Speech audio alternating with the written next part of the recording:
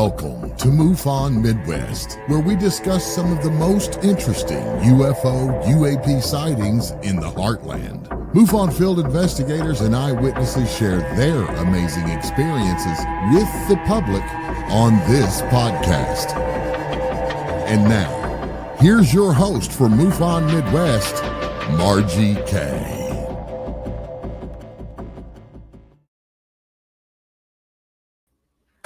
Good evening, everyone. Welcome to MUFON Midwest. I'm your host, Margie K. And this evening we have a really good show for you.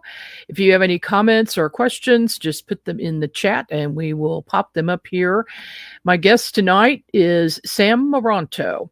He's an investigative researcher and ufologist, most known for his work in the Tinley Park Mass Sightings of 2004, also the Chicago O'Hare Gate incident of 2006, plus the Chicago Mothman sightings in recent years. These cases have been featured in several television programs such as the History Channel's UFO Hunters episodes, Invasion Illinois and Aliens at the Airport, and Dateline NBC's 10 Best UFO Encounters, which was a major television network special that featured the UFO footage from the Tinley Park Mass Sightings, along with other well-noted documented accounts. Sam is a MUFON certified field investigator. He's the Illinois State Director. He's on the MUFON Photo Analysis Team and the Great Lakes Regional Director. He had his first encounter in 1959 and gave his first presentation on the subject in 1967. Welcome to the program, Sam.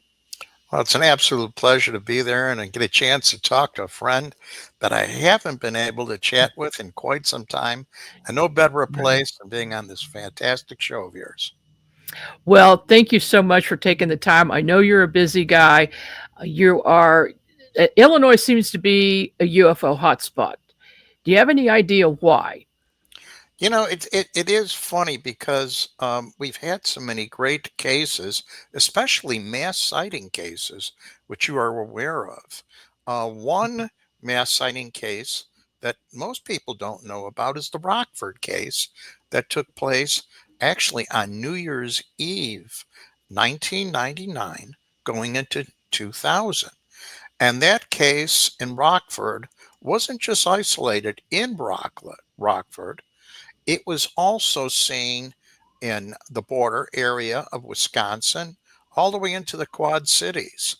If I am not mistaken, there were also sightings in the area of the Island of Man.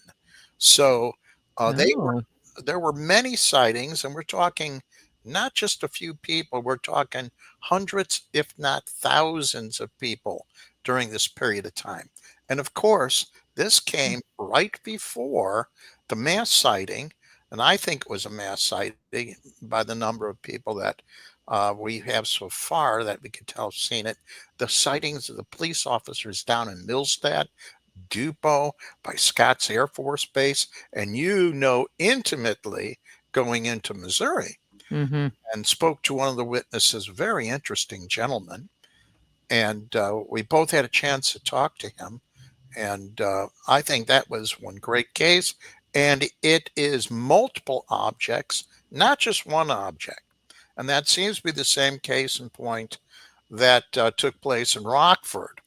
What we did discover with the Southern Illinois case was on the evening prior to that, at around 8 o'clock that evening, there was footage taken by one Nancy Carpenter, along with her family, of the what appears to be a triangular or a pyramidal shape cluster of illuminations.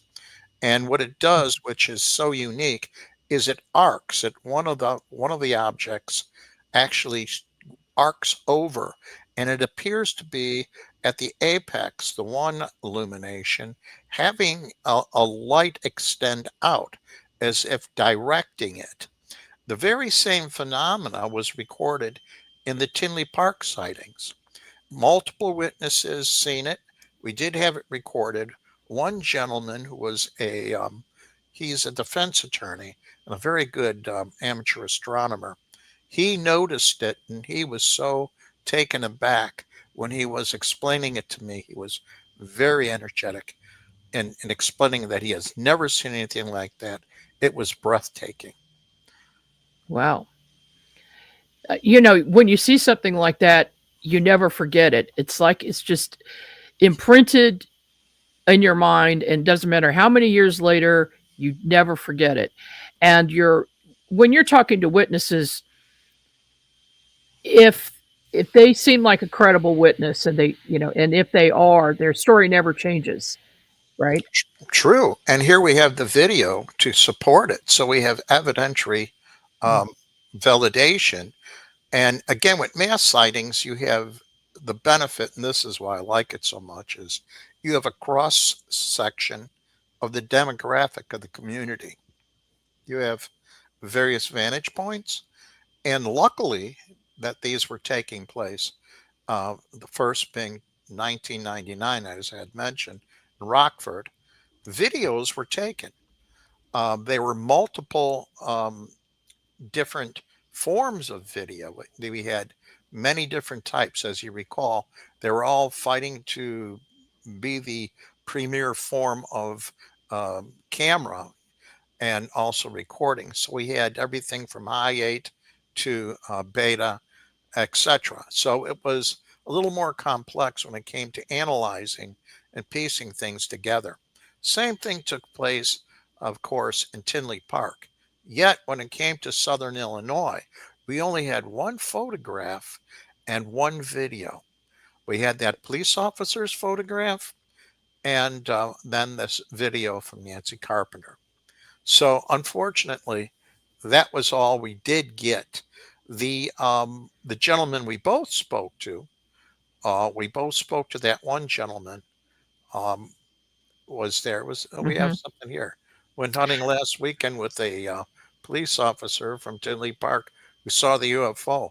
Well, Will, make sure that guy gets in contact with me. Right. Yeah, I think I may know who it is, but Yeah. they could always email me at mufonsam1@gmail.com, by the way, and I would love to talk to him. I had a police officer come over from Tinley Park, and his sergeant said while he was directly underneath the object, other small objects were coming in and out of it. We knew this was one massive object by just running it back and forth, witness accounts, other video, Mhm. enhancements, etc. This was most peculiar. It was a massive isosceles object. There were other objects seen in the community too, regular disc orbs. On the second night, actually, it would have been the third or fourth night because we had other events take place. Starting in April, there were some sightings, but one police officer said no, his sergeant saw things coming in and out of it. Well, we have one set of footage that actually seems to show that, and it was a young gentleman was outside with some friends, and he was filming. We would be videotaping towards the older section of Tinley Park. And the funny thing about the older section observations, they were stating that in each corner was comprised three lights, three red illuminations or reddish illuminations, not just one. So it's funny that we have variations on the observation, but when you compile it all together, it does make sense. It's interesting how, with these investigations that we do, all of the information doesn't come together at once. And it's never, hardly ever from just one witness. It's so much better if there are multiple witnesses. That's why I wish more people would report. Why do you think? Well, it seems like maybe a little more are reporting now since it's not such a taboo subject. But when for instance, a person is looking at a UFO and there's 10 other people there, why don't those other 10 people report as well? I think ridicule and sarcasm is still persistent. This is one other benefit when it comes to mass sightings. The stigma is gone when you say, well, my neighbor's seen it across the street. And even though you're a doctor or whatever, and we had doctors, actually quite a few lawyers, strangely enough, military personnel. We even had one air traffic controller was in a tower at a smaller airport further south and seen the objects along with other people in the tower at that time. The point being that they will make a statement, but they will not draw a conclusion. In other words, I seen the very Mhm. same thing, and that's pretty much where it ends. In all honesty, that's probably the better way we want to hear it, anyways. We don't need to have the decisive explanation of where it came, who drove it, what they had for breakfast. We just need we just need the information, just the information. Right, right. And we also, we'll keep people's anonymous if they wish. Absolutely. No, nobody ever needs to know who they are that is reporting. It's just important to get that report in. And how many times we encourage people when something is just borderline that it may be in their best interest not to go overly public or get your name out there for one reason or another. The case up in Yeah. Wisconsin that I had way up there that was ongoing for 2 years, it was a very sensitive case because there were some issues that family members had thought that these people had gone a little bit off their rocker and therefore actually contacted the sheriff and requested them to look in on them. And they were almost going to lose their daughter over the Oh. scenario. So the bottom line is better safe than sorry. And we could still pursue in a scientific manner this entire case of whatever it is, regardless how absurd, Hmm. without ever, ever having anything pertaining to some aspect of their identification being leaked out.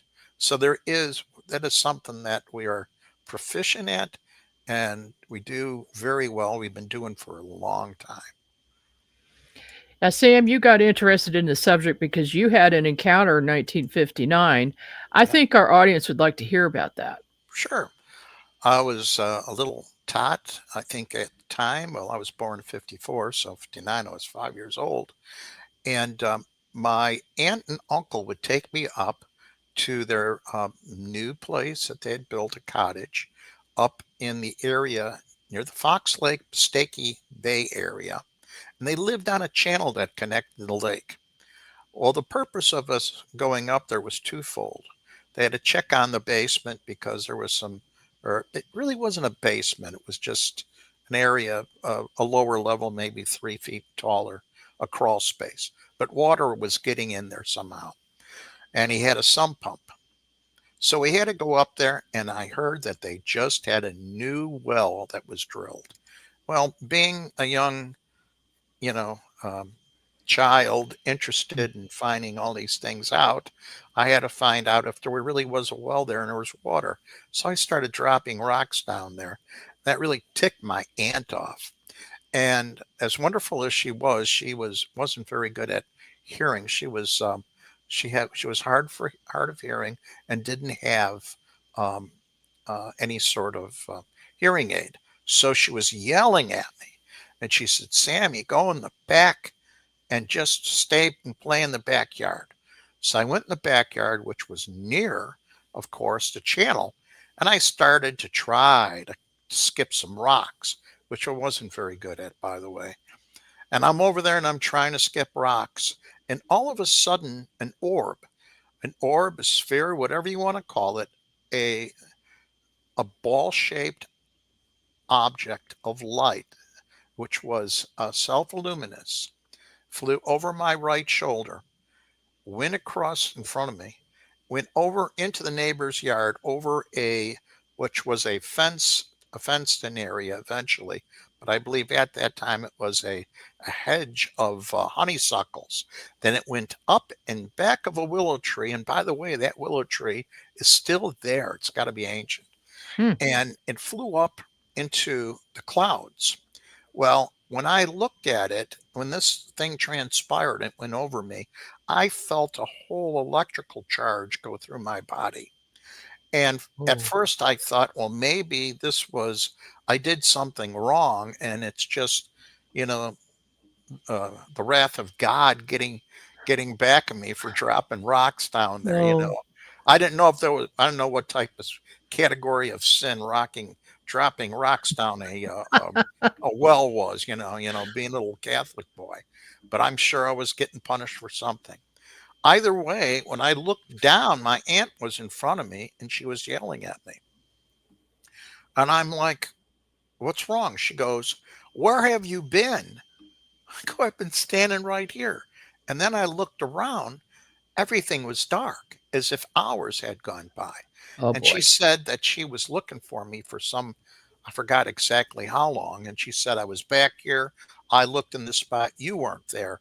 Where were you at? And I go, here. And that was it. And she stormed off and we jumped in the car. I got in the back seat. I didn't say a peep all the way home. When I got to the house, my mother answered the door. I walked in, took my jacket, threw it on the stairs that goes to the second level. And my mom goes, aren't you going to watch Dennis the Menace? This was the first season of Dennis the Menace, and I believe it went on at 8 o'clock. So it'd be 7 o'clock Central. And I said, no, I was so frightened. I had no idea what transpired. So I went right into bed, covered my head up. And to tell you the truth, I don't know what transpired after that. But um, years later and during that period of time, I had experiences with them and encounters that really frightened the heck out of me as a little child. And I started to have those experiences. And I recall only two instances, actually three. The last one was in the 80s, where the entity was on my chest looking at me. And it reminded me of, do you remember the toys? I don't know if you recall the toys called cooties. Oh yeah. Yeah, I Okay. remember those. Well, it reminded me of a cootie with the big black eyes, the big head, whimsical arms, almost like a marionette. The motion was jerky. And the first thing I recall is talking to it telepathically and asking it its name, of all things to ask, instead of going, Right. what the hell are you doing here? And get off my chest. I asked what its name is. And I recall it giving me a name that was a hard consonant. So it was like an R or whatever. And it could have been more in line of, say, for instance, a group instead of a individual. And this had happened far too frequently where it really frightened me. I recall the feeling of as if you were going through, let's say, for instance, a plastered wall. It had a certain feeling. Going over the grass, freshly cut grass and dew on it.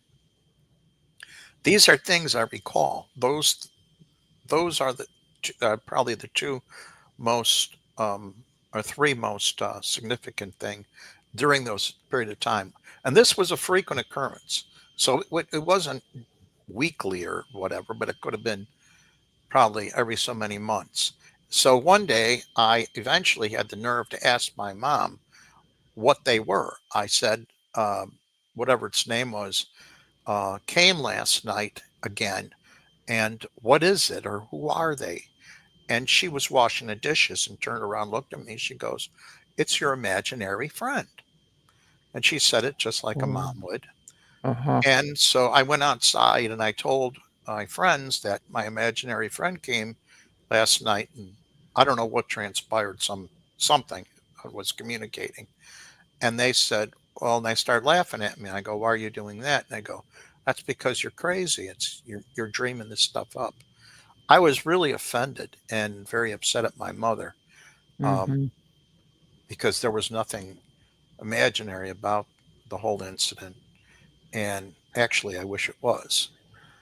But the Yeah. last experience I had was in 1980 and very peculiar.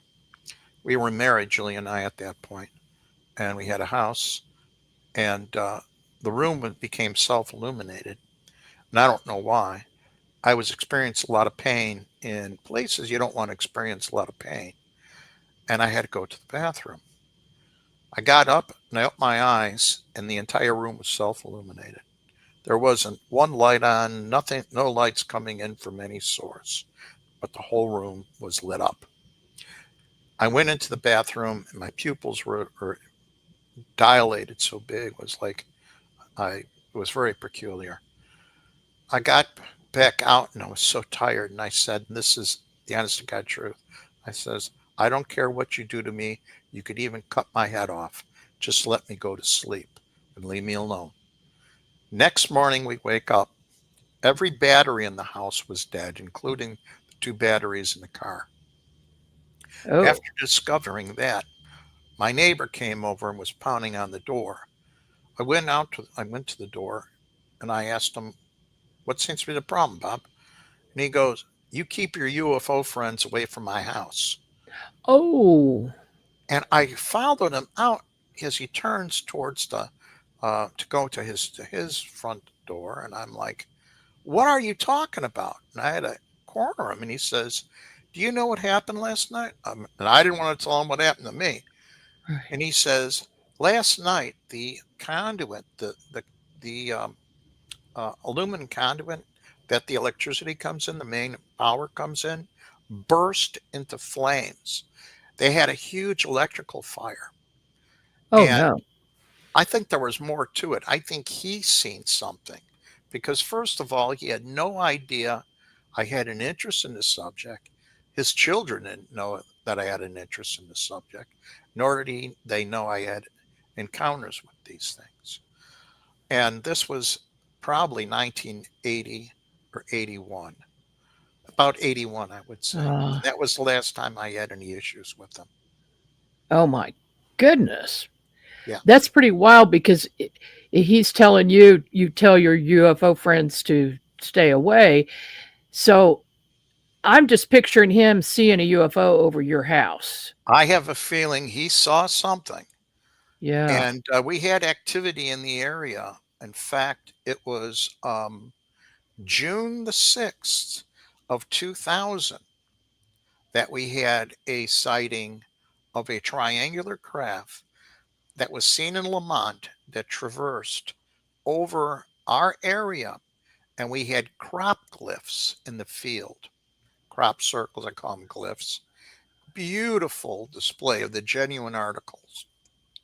And it just so happened it proceeded to Frankfurt, which would have been southwest of me. And some kids in the area, or gentlemen in the area, were out drinking that night. And the one that was more sober and driving, he says, "Look at the size of that spaceship." And then they start making fun of him, thinking that he said that it was just a ship. He saw it. The next morning, Julie went to the grocery store. There was only one little store in the area. It was more rural at that time. And she said, "You better get up. We have crop circles out there in the field." Well, I was exhausted because the night before, my cat must have seen all this insanity and was jumping up on uh, the bed trying to get my attention to go and look outside. He was Mm. scaring the heck out of me. And he knew something was going on. And here I get a phone call. I reach over, grab the phone. It's a friend of mine.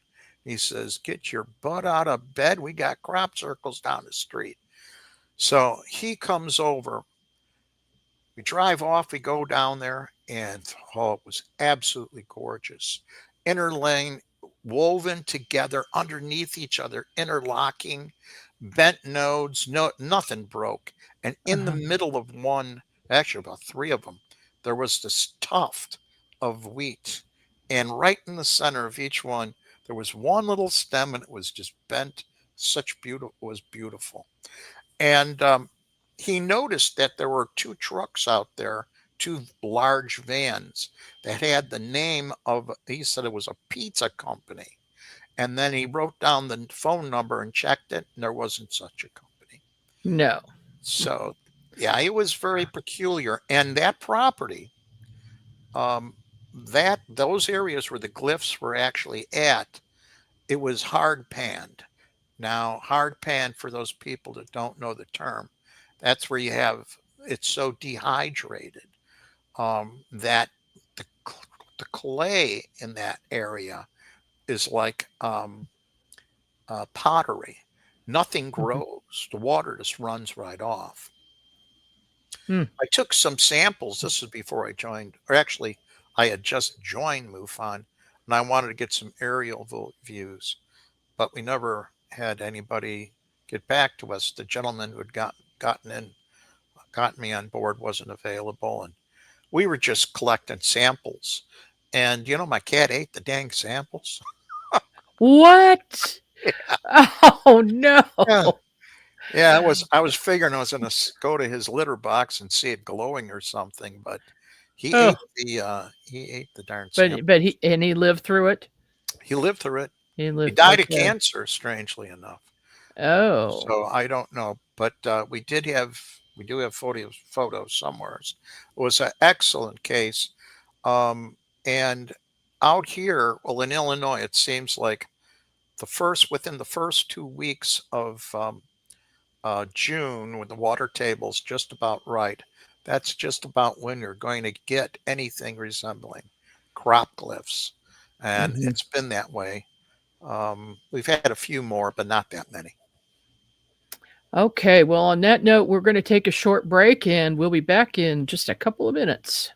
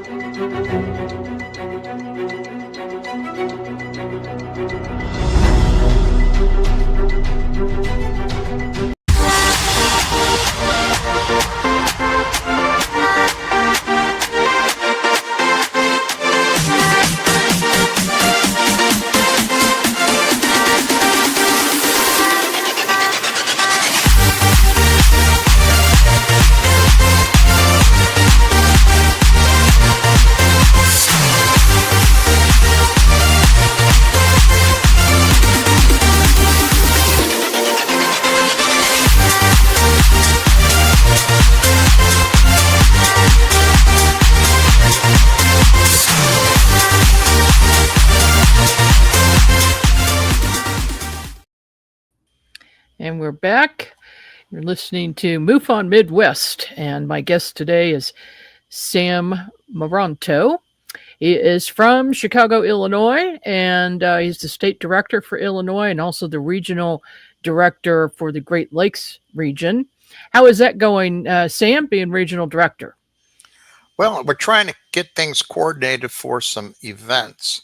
And what we want to do is have an event day, general event day, where each state will give a 15-minute presentation on a case. But prior to that, invite their members and have their members invite new friends or friends that may have an interest and associates. And what I'm looking to do is that prior to it, at least have them RSVP about how many people they expect to have, so this way we could accommodate the presentation. The other thing I'd like to have is a holiday party. We used to do Zoom holiday parties with trivia, and we usually pick a theme meal that everybody, brings some sort of food and they eat their food, and we have a themed drink. Doesn't have to be alcoholic, though it could be. In other words, we just have a good time. So Oh, in the event we're going to do that, I think Central has to be a part of it since we're so close anyways. and we'll have a good time. Well, we will absolutely chime in on that with you. Yes, you sold me. Just give me the date and time, and I'll spread the word. Oh, I That's know it. you're good for that, right? Hey, you know that's the thing. You do have to have fun with this subject sometimes. See, UFOs can get pretty serious, and I believe in lightening it up once in a while. True. And on that note, I tell you, we've had so many scenarios. The case up in Wisconsin was probably one of the more frightening cases. And I remember at that time working on that case, in addition to a case in Arizona. These were the case from up north was from a source in British Columbia. They asked me to investigate it. And then the one in Arizona was New Fork. So it just so happens they were seeing similar things around in and about the same time. And one gentleman was very good at explaining stuff scientifically. He was a government contractor and a scientific background. The other gentleman, on the other hand, was just an average Joe, and I couldn't understand what the heck he was talking about. But when I had both of them on the line, between the two of them, it would make sense. In one instance, they were talking about some of the more frightening aspects of the phenomena having to do with some, again, some theories or some stories being talked about how some of these entities absorb nutritions, how they actually get their nutritions. One person was talking about, well, they were seen in Vietnam taking corpses and making soup or something along that line, or putting them in something and bathing or putting their arms in there. I go, yeah, turning you into soup or kidding around. At the same time, very frightened. And the one gentleman stated, I've been hearing something calling my name, in addition to all this other phenomena that's been going around him. It's hours worth of information to convey. And the gentleman in the in Wisconsin got so frightened by the conversation. He goes, Sam, I was outside and I swear I heard somebody call my name. I was so I was so frightened. I ran in the house and he had sliding doors. He slid the sliding door on his head. And he squished his ears. And I go, you know what? I've done the same thing. When you're in a hurry, you just do that. So we bust Yikes. up laughing. But it was such a frightening when you hear all these different things, and you could get scared out of your wits besides just having the encounters, but some of the other aspects that are so far reaching yet unnerving, and this is where the crossover material, and you and I are well aware of all that, goes into other elements of phenomenology that most people don't want to venture into, yet do exist, and Right. yet it's so. It seems that if a person is an experiencer, they're Yes. not just an experiencer of one phenomena, it's No. multiple things, right? Yes, as you and I know, sometimes when you have these experiences, it almost unleashes some aspect of other abilities or removes gates, say for extrasensory perception, telekinesis, uh, cognitive, precognitive abilities, etc. And sometimes that isn't so much as a blessing at times, and it can be pretty Yeah. frightening. How many of your cases have involved actual sightings of non human entities? Funny you mentioned that. Um, I would think today, more so than ever, we're getting more cases. I separate the cases. Those cases I get because I get them from various because I'm an investigative researcher, and various agencies or whomever, they contact me. Um, CUFOS, New Fork. Hmm. Not as much as anymore. Basically, more so it would be in conjunction with, let's say, for instance, media work, uh, um, stuff like that. But there's enough um, information coming in just from the CMS to show that I would say an easily one third of the reports that are coming in somehow have a connection to um, something that would be considered an encounter with beings. I don't know. It's probably a little bit less. Maybe it's 5/8. But the thing is, it's substantially more, I think, than it was before. I would get calls on those. Those would be the calls, not the CMS reports or the emails. Those would be the calls that I would get before. I still get them. I would say I get one a month, or if somebody calls in, I just tell them, just go to CMS. Prior to that, they wouldn't dare do it. And I would get one a week. Now, the funny thing is, as far as reports, I would get it on average 11 calls a day coming in directly to me and pertaining to a wide range of things, pertaining to UFOs, encounters, etc. But the ratio, I would say back then, was less of encounters with entities, more so of just sightings. Or in some instances, um, very close encounters with hardware, the nuts and bolt type scenario, or some other related phenomena. But I'm curious, how is it in Missouri? Would you say? I'd say we're getting more sightings of entities in the past few years Yes, compared to prior. So yes. I think we're experiencing the same thing you are.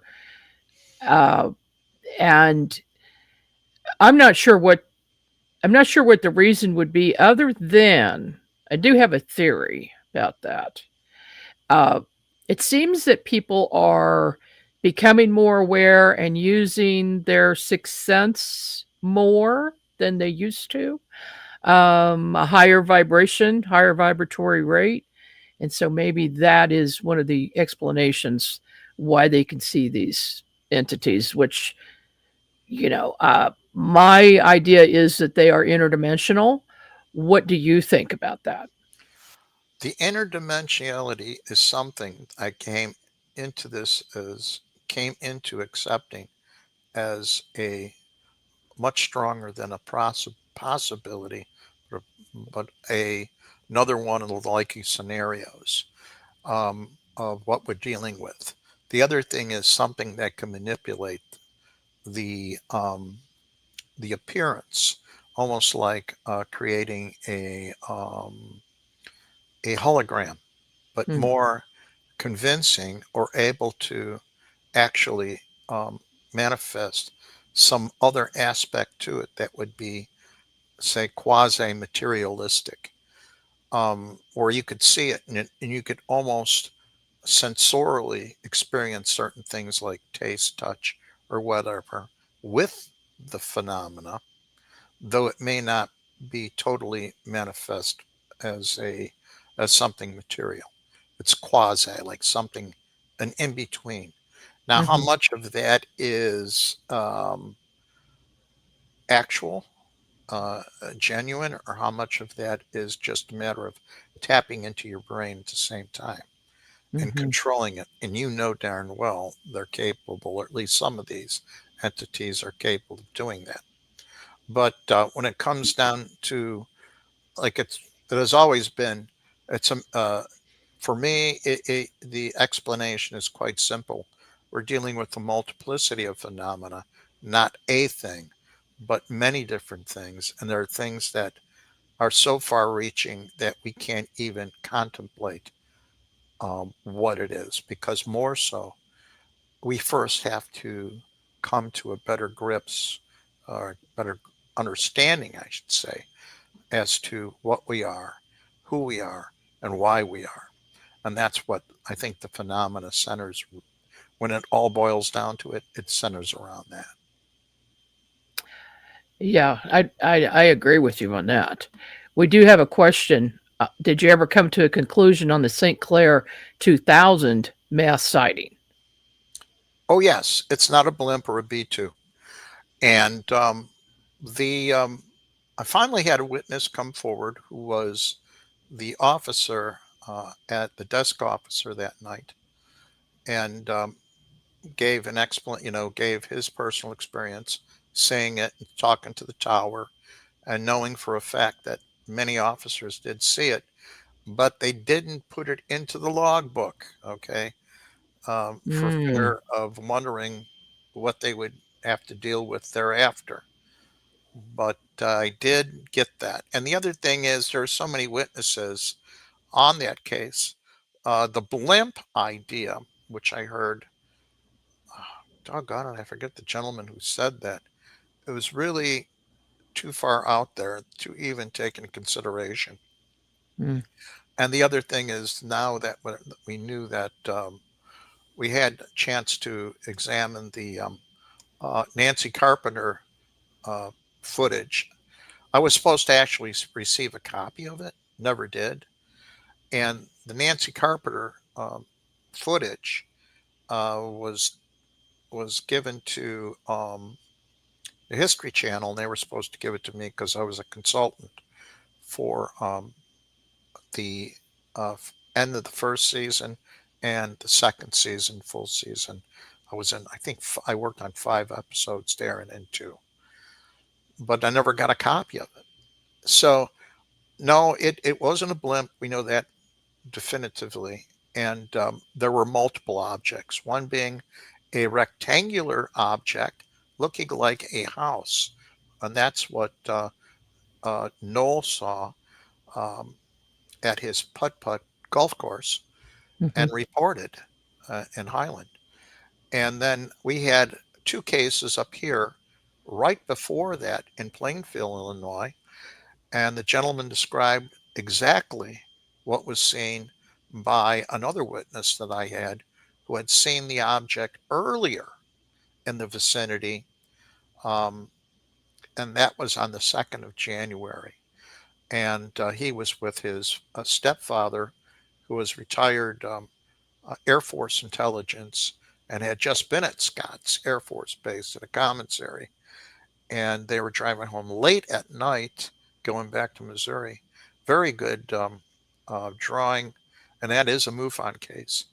So one of these days I'll have to have that on and show some of the images from that and Tinley yeah. Park.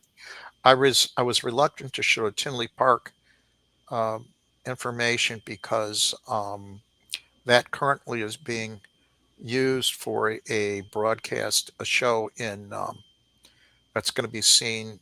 It's called what is it? UFO. I forget the name of it. It's British. It's a Canadian company, and I was in the. They goofed up. I was supposed to be in 2 episodes, but I was in the O'Hare one. So, but it's a Canadian show. Something Okay. I don't I know. do have some photos that you sent me that we Yeah. So probably ought to pull those get up up. here and so you can explain what they are. Okay, this was Um, the sketch that was made, and this is by Carol uh, Winald, and this was what you would have seen in the Tribune, and it was also shown on television on a few shows prior to the big announcement in the newspaper, actually. And mhm, this was what most people had seen. It looked like a football for the most part, a fat disc. And let's see, the next one you have, that's a drawing, but we have a photograph. Now, multiple photographs were submitted to NARCAP. And to just get the story straight, um, Peter Davenport was receiving reports. In fact, he received 3 reports, 3 call-ins from employees who were what they referred to as ramp rats. They were loading up the plane that was going to be pushed back to go out to Carolina, North Carolina. This was a photo that was taken and seemed to be more consistent with the object that was seen. You see a lot of haze there because there was overcast, and the overcast was at about a good 1,900 feet, as you can see here on the right. The object was about say 400 feet below that.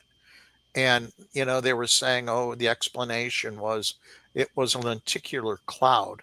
A lenticular cloud forms on the leeward side of, say, for instance, mountains or whatever, Mm-hmm. and you have to have a strong wind. Now, rarely, but there are those instances where we do get one, where you get a crosswind, and, at various altitudes, and you have it. You can make one out here, but they're rare. And this was below it, clearly below it. My first witness who seen the object with her friend, who was a doctor from Bulgaria, was driving down Mannheim Road, going to the international concourse to pick up their friend who was an American Airlines pilot. He was an international pilot. And she said, this is the picture that depicts closest to anything what they saw. Now, unfortunately, we can't take it for anything more than a illustration because we didn't have a chain of custody when it came to the photograph, and you know how that goes.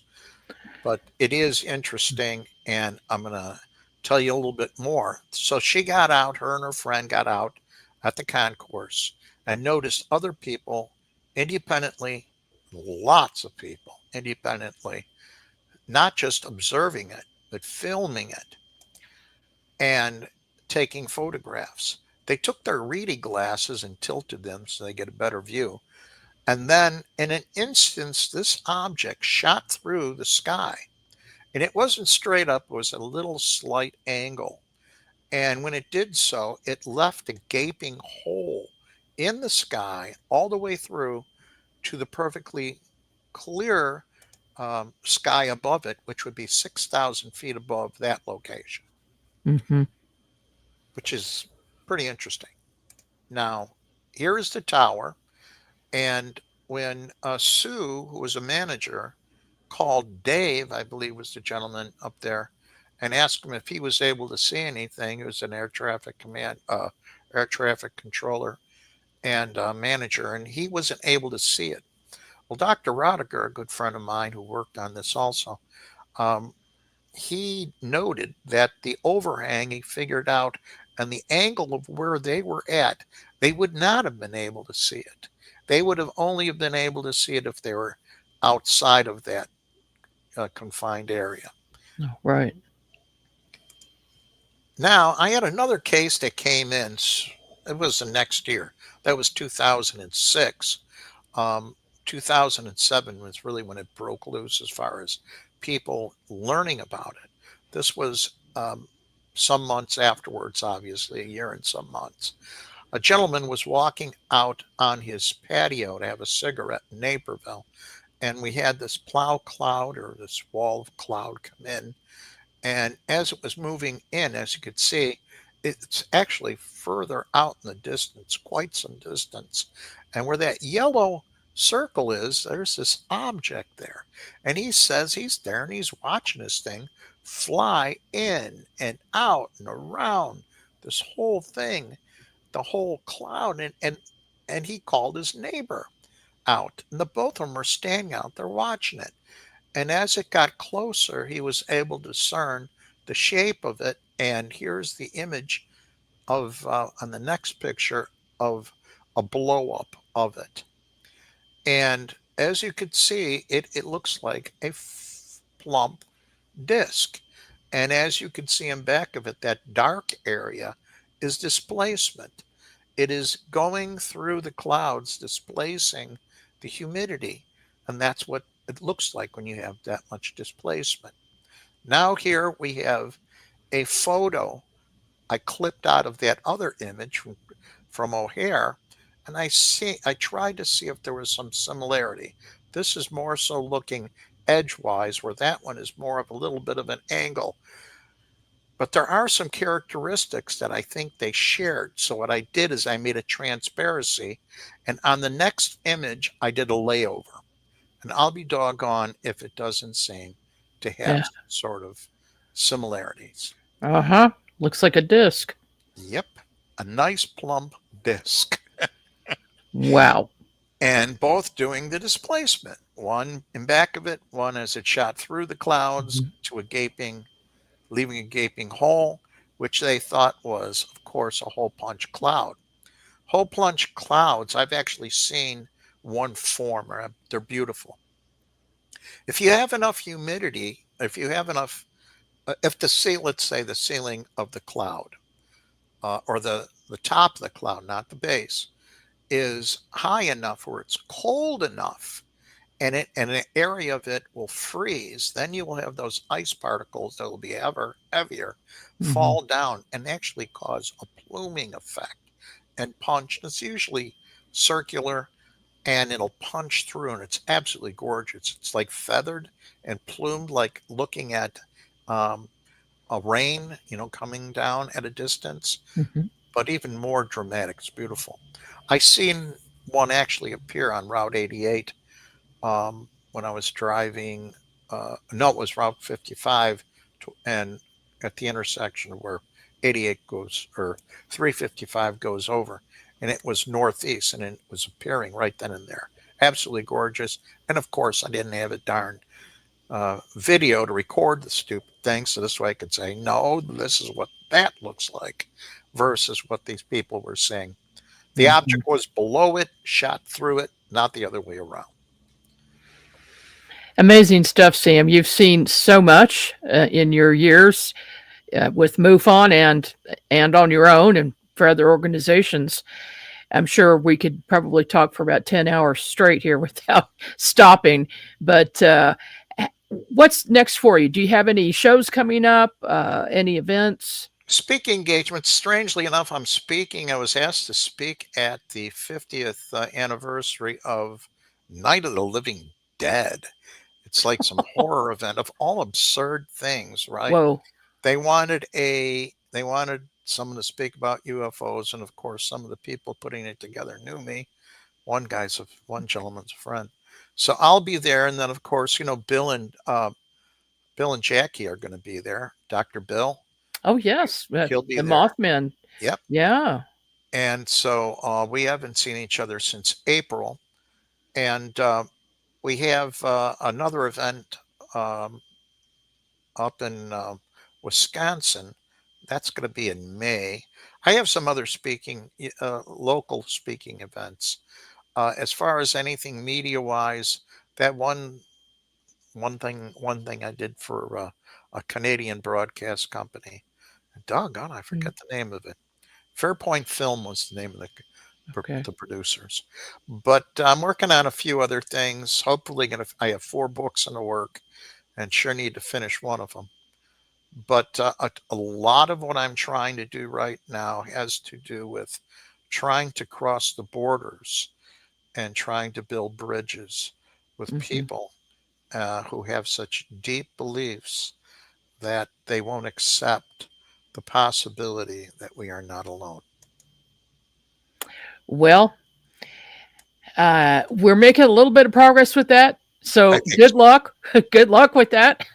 Thank you. And thank you so much for being on the program with me tonight. I really appreciate it. I know we're going to be reaching more people because this will be available, of course, to watch anytime. And just check out the Central Region MUFON channel on YouTube. We've got a lot of videos up right now of not only these shows, but also presentations going back a couple of years. And we're constantly putting some new ones up. And open to the public, of course. Anybody can watch them anytime. Thank you so much, Sam, and we will be in touch. Thank you.